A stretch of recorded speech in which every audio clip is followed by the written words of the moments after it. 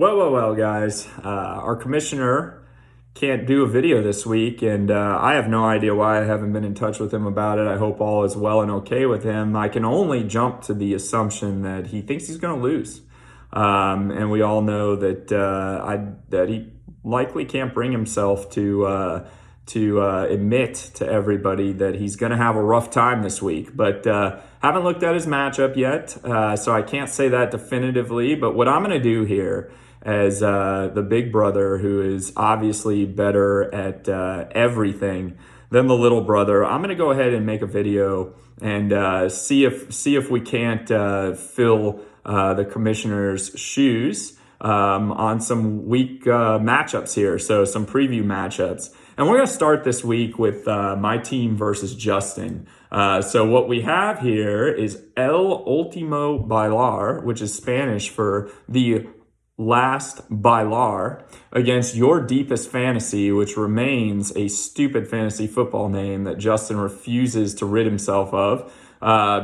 So we've got a little bit of a battle of quarterback titans here between Patrick Mahomes and Kyler Murray.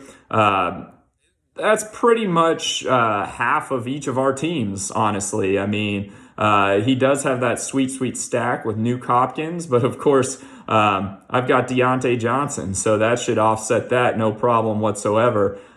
Christian McCaffrey, he's okay at football, but Zeke Elliott's going to bounce back in a big way. Bold prediction, by the way, Zeke Elliott is going to outscore Christian McCaffrey in this game. Travis Kelce is a mega advantage to Robert Tonyan, and what we're going to see here is El Último Bailar thrashing Your Deepest Fantasy. Shout out to Justin, by the way. I don't know if I've ever seen such bad luck in my life. He's got the anti-Midas touch. Instead of everything turning to gold, everything that he touches is turning into a big pile of shit. Everybody knows that. They've given him enough crap about it, so we're all aware. Justin, look, he's got Kyler, he's got CMC, he's got a chance. Next matchup, we are going to go with our commissioner, Taco, against Joe, the Brady Bunch, in a battle of 1-0 teams. And this does look on paper like it could be the matchup of the week. Josh Allen versus Tom Brady. The receiving cores are both really good. I give Andy the nod from a receiving perspective, but Joe's not too. Well, now that I'm thinking it over, Joe's receiving core kind of sucks. This is what happens when you're doing this on the fly, guys. Sorry. Disregard my original statements. Joe's receiving core is just total trash. Jonathan Taylor versus Nick Chubb is a great matchup. Allaire versus Gibson, great matchup. Fant versus Hawkinson, you got to give the nod probably to the Hawk there. Aaron Jones, Montgomery. Now, Montgomery, as a Packers fan, I hate to see it, but he played strong last week against a good defense, and that has not been his MO lately. But I expect Montgomery to continue to do well against that Bengals D. But what Aaron Jones is going to do to Detroit is it's going to be hard to watch. Aaron Jones he might put up the game of the week. Bold prediction, actually, let's go ahead and go with that. The bold prediction is that Aaron Jones is the #1 scoring running back in all of the NFL this week. I'm going to give the nod to Taco in remaining Joe's daddy of the league. So Taco for the win there. Next up, we've got senior Doge Team to the Moon, which is a terrible name as well, versus Jason Steve Top Senior Bottom, also an interesting choice of names. By the way, Senior, I've got Patrick Mahomes. If you want to work a deal, we can work a deal. I mean, how you're not rostering your boy?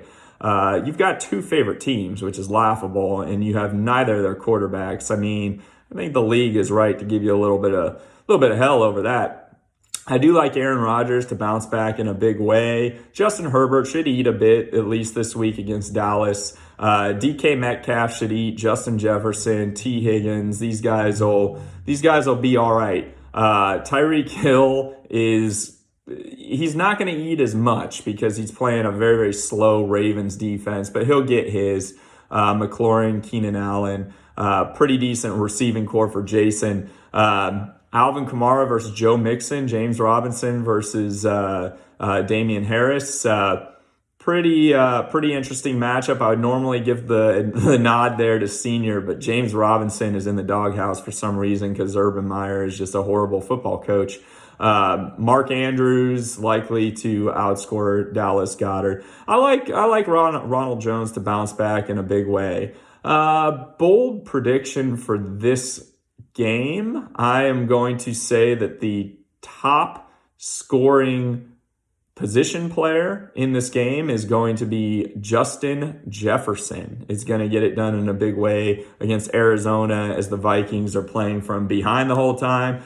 On the way to Senior losing this matchup. I think Senior drops to 0-2, and Jason goes ahead and moves up to 2-0. Two more matchups, guys. We've got John, 9-11, never forget, against Reese's Staffordable Wood something. Staffordable Wood whatever. So this is interesting. You've got two enormous homers going up against each other. I mean, Vetri and his Cowboy love just shining bright with that Dak Prescott in his lineup versus Matt Stafford. Dak Prescott is going to continue to eat all season long. He's an awesome quarterback. Devontae Adams versus A.J. Brown, C.D. Lamb versus Cooper Kupp, Sutton versus Woods. I like John's receivers in this game quite a bit versus Reese's, especially against a potentially tough at Indy game. From a running back perspective, Miles Sanders and Nyheim Hines versus Henderson and Henry. Henry's going to have a tough year, I think. I think Henry he's done. I think wasting a second pick on Derrick Henry was obviously a bad decision, but here we are. The running backs are still better for Reese because Johns are just total trash. Waller's going to eat again. I like Gronkowski to regress a little bit in this game, but he's going to regress because Mike Evans is going to go nuts. This is going to be an Evans game. Bold prediction for this week: Darren Waller fails to reach 5 straight 100-yard games, which would be a tight end record, and Pittsburgh blankets Darren Waller on the way to John dropping to 0-2 against Reese's team this week. Finally, we have Jared's Cooking with Gaskin versus John Heyman's Beginner's Luck team, which it's week 2. I don't know how Heyman is already scheduled to or predicted to score so few points in his lineup. There's no buys. I mean, his team is just that ugly. I'm just going to say before even going into the matchups, Jared's going to get off the schneid this week. He's going to go 1-1. John's going to drop to 1-1 as well.